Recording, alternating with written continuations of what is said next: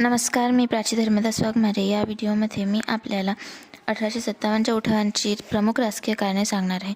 त्यापैकी पहिले कारण म्हणजे कंपनीचे साम्राज्यवादी धोरण. इसवी सन 1600मध्ये ईस्ट इंडिया कंपनीची स्थापना झाली.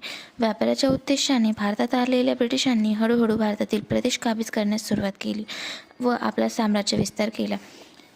दुसरे कारण म्हणजे लॉर्ड वेलेस्लीची तैनाती फौज. लॉर्ड वेलेस्ली हा ब्रिटिश गव्हर्नर जनरल होता.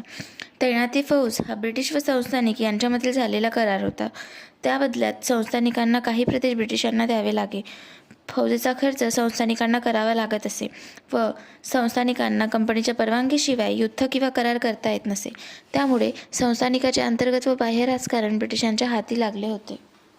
तिसरे कारण म्हणजे संस्थानिकांचे विलिनीकरण आणि खालसा धोरण. लॉर्ड डलहौसीने भारतात खालसा धोरण सुरू केले. संस्थानिकांवर त्यांच्या उत्तराधिकाऱ्यास कंपनी सरकारची मान्यता देणे आवश्यक केले. दत्तक वारस नामंजूर केले. संस्थानिकांच्या